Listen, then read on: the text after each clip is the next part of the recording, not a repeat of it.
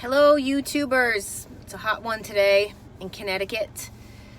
And once again, I'm on my break from work and I wanted to put something up today.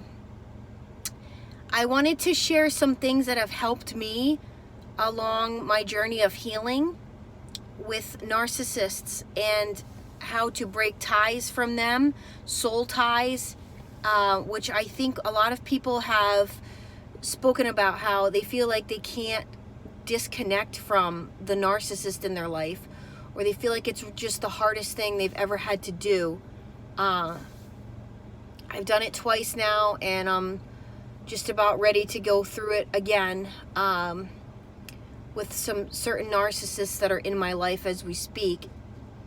And these are the things that have helped me, and I have to remember to do in making sure, with each time around you get smarter and you're able to recognize who these people truly are and that they don't experience compassion and empathy. And when you experience a person like that in your life, you need to get rid of them, because those type of people are dangerous and they're harmful to your spirit and to your soul. So it's just recognizing that they are toxic and that they don't have space in your life. You don't need to make space for them. You're not going to help them. You're not going to fix them. If you're a spiritual person like myself, you can pray for them. But until they actually want deliverance from their own sins and from the things that they are choosing to do every day, because remember, it's a choice, they are going to continue to do these things. It's coming from them. They don't want help. So one of the first things I discovered that really helped me, and I shared this with a group, with this group on Facebook that is for narcissistic abuse survivors, is to take a sticky notepad and put down every single horrific thing you can think of that they either said and or did to you, and fill up an entire wall space in your home.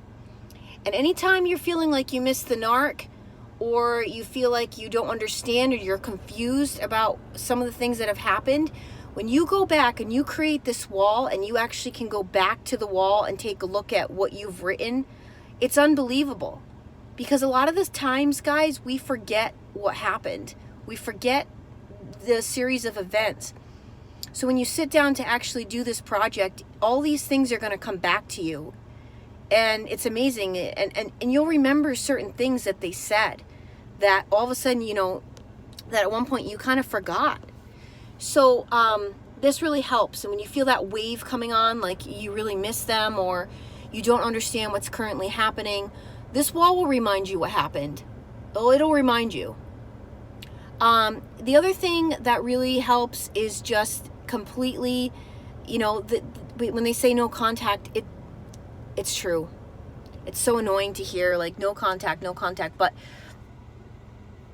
honestly, it's the only way to really begin healing. You can't be in touch with it if there's a way that you can get away, if you live with the person, you can start disengaging now by spending more time with yourself. Take yourself out and treat yourself the way you'd want to be treated. Go where you want to go. Do the things you've been wanting to do.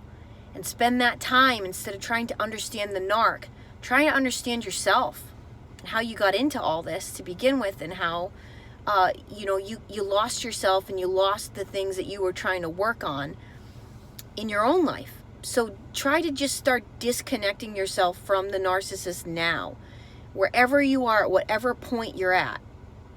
And, when you are finally at that stage that you've had it and you know that you've had it, everybody knows when their breaking point is, and they really can't take another time around with the narcissist. You really need to just get rid of them completely. Get them out of your phone. You know what? A lot of people are like, well, I blocked them.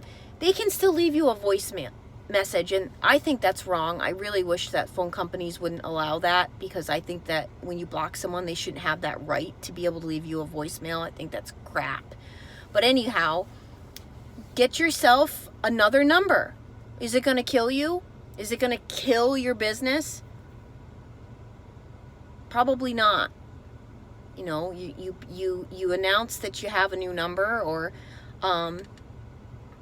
you know, if you don't have a business, the thing of it is, as I'm talking out loud here, yeah, they can still find you, and they can still try to connect with you, and they can still find out where you live and all these things, but you can also make it really difficult for them to get through to you.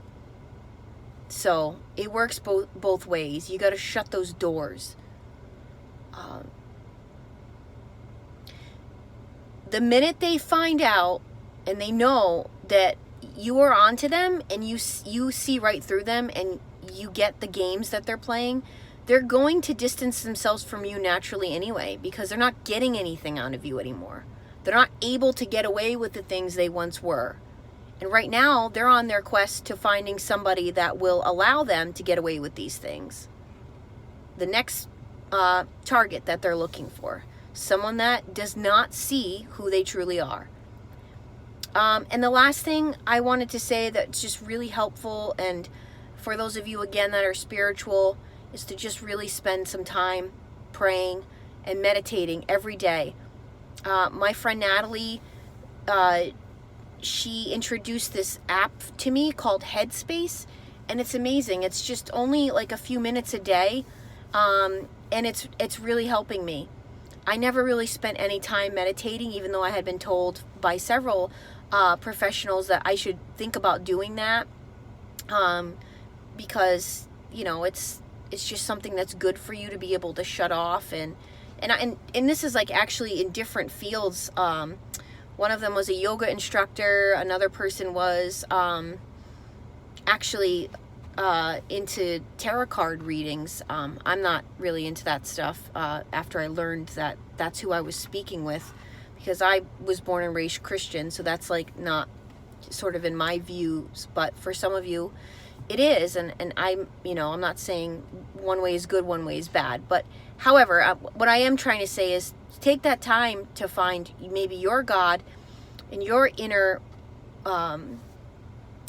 self, connect to that, reconnect to that again, and the only way to do that is to spend more time with yourself and to get that peace, that those moments of quiet, those moments of solace, that you're trying to shut it all out, because we're bombarded with all these thoughts, right? We're always thinking, we're always, you know, trying to analyze and understand what happened. So it's best if you can spend some time every day shutting it off. So that's all I really wanted to say for today, and just remember that, you know, we're all here, we're all trying to find our truths, and it's time we all face the truth together. I'm Trace Face. Thanks for watching.